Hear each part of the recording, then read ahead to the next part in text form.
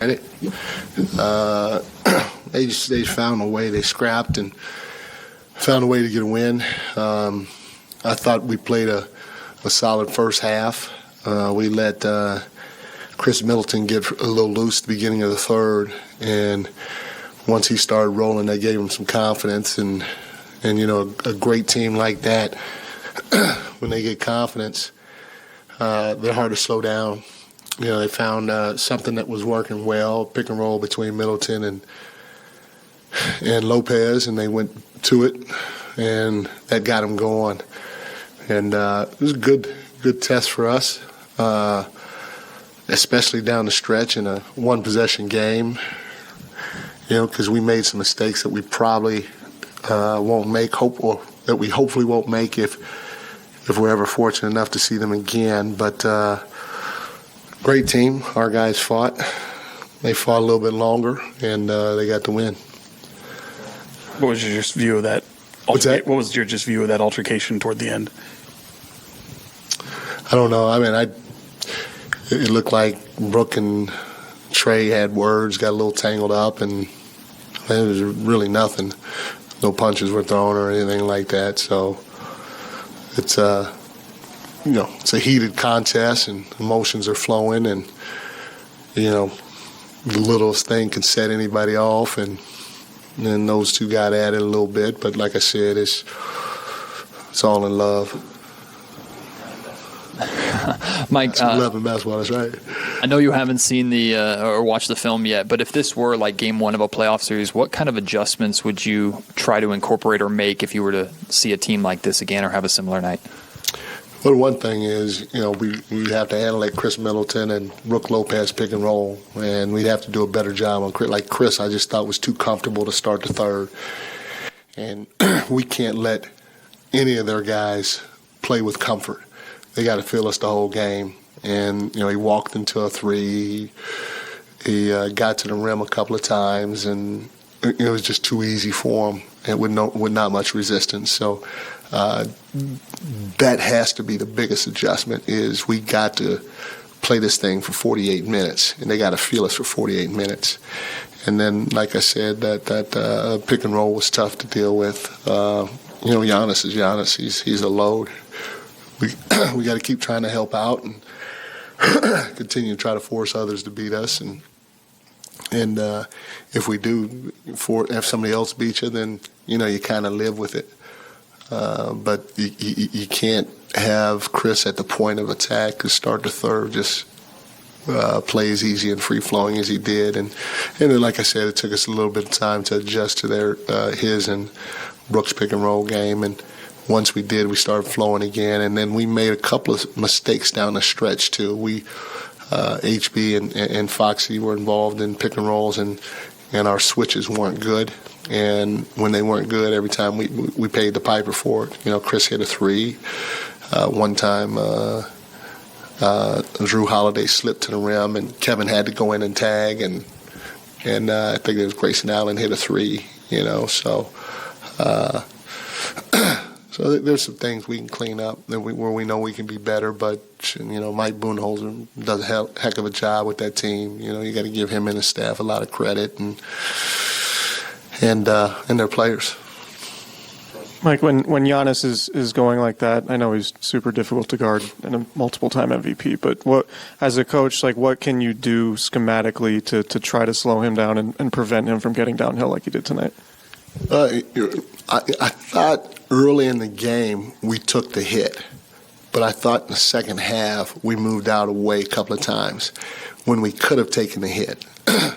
So if you're going to play against those guys, you're going to have to sacrifice your body, and you're going to have to get ran over.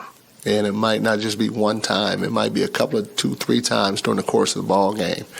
If you don't, you ain't going to beat them dudes, because Giannis is too long, too quick, too powerful, too athletic, getting downhill.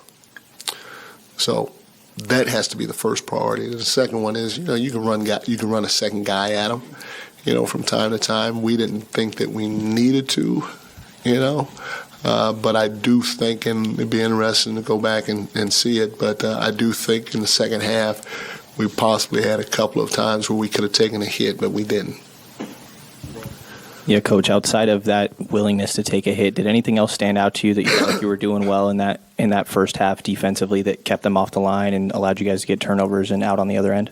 Yeah, I thought defensively our aggressiveness, especially on the ball, our ability to shrink on the weak side and still get out the shooters, all that was there, and you like to see that, and it just we have to have some carryover, and we didn't have much of that carryover in the second. We had it in spurts, and but again, if they're scoring like that, we're not having a chance to get out and hurt them in transition as if they're missing shots like they did in the first half. Mike, is there anything from your perspective, I don't know, good or anything you can glean about seeing your team like stand up for itself in a situation like what happened tonight at the end of that game? Things are only going to get more intense, and I imagine that's a quality that you want in a playoff team is some level of toughness and that physicality. 100%. I don't know what happened, but so we ain't taking no shit from nobody. Trust me on that. And they all going to have each other's back in there. That don't mean we're going to go out there and start something. We're not. But we're going to stand up for ourselves and each other. Mike, just the intensity of that game, how good is it for your team to feel that and so they know what's coming as we get closer to the playoffs? Oh, it's great because, that's a championship caliber staff, a championship caliber team. A lot of those players won at a high level for many years. They're veteran guys. Nucleus has played together for a lot of years, and so they know what it takes to hit somebody in the mouth, not just for 5 minutes or 10 minutes or 15 minutes, but to keep at it for close to 48 minutes. And matching that or exceeding their level of intensity is a challenge for us. And it was good for us to go through that and experience it and not back down. Coach, we did lose by fewer points than we did last time, so that's an improvement. Are there any positives that you can take away? What are the things that you like that the players were doing tonight? No, there's a lot of positives, and it's obviously there's no quote-unquote moral victories, but our guys played hard. They tried to do the right thing throughout most of the game. They tried to share the ball. We told them we had to shoot a lot of threes. I think we got up 50 threes, I thought we did. We gave up a couple of offensive rebounds on free throw situations, which we got to clean up. But a team that size, 5 offensive rebounds now, they shot a high percentage from the field, so there wasn't a ton. But for them to, get 5 offensive rebounds throughout the course of the game, knowing that 2 of them came off of free throw situations, that's not bad. So I mean, I don't want to sit here and sound like it's gloom and doom because it's not. There were positives out there, but at the end of the day, we lost, and we didn't execute down the stretch. We didn't make Chris Middleton feel us at the beginning of the second half, and it caused that snowball effect. So like I said, we can build off of this, and we're not going to win every game down the stretch. And you hope you can learn from the games you win and lose, and hopefully we'll learn from this, knowing that we can't take nothing for granted, especially when they have great players throughout their lineup. Hey, Coach, in the early first quarter, you call a quick timeout after Giannis got his first bucket.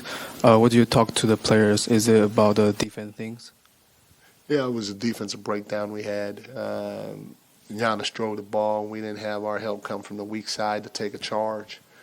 And so I want to remind our guys that we got to be there for one another, especially when he's dribbling downhill. We got to make sure that paint's crowded. We come over, we take the hit, and we protect our teammates, and we didn't do it. So I just had to let them know that we got to do it if we're going to have a chance to win.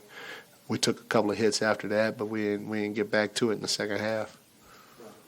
Yeah, Coach, there were a couple plays late in that fourth quarter that you ISO'd HB around the nail on Chris and then went 4 out outside of him. What was the thought process with that play?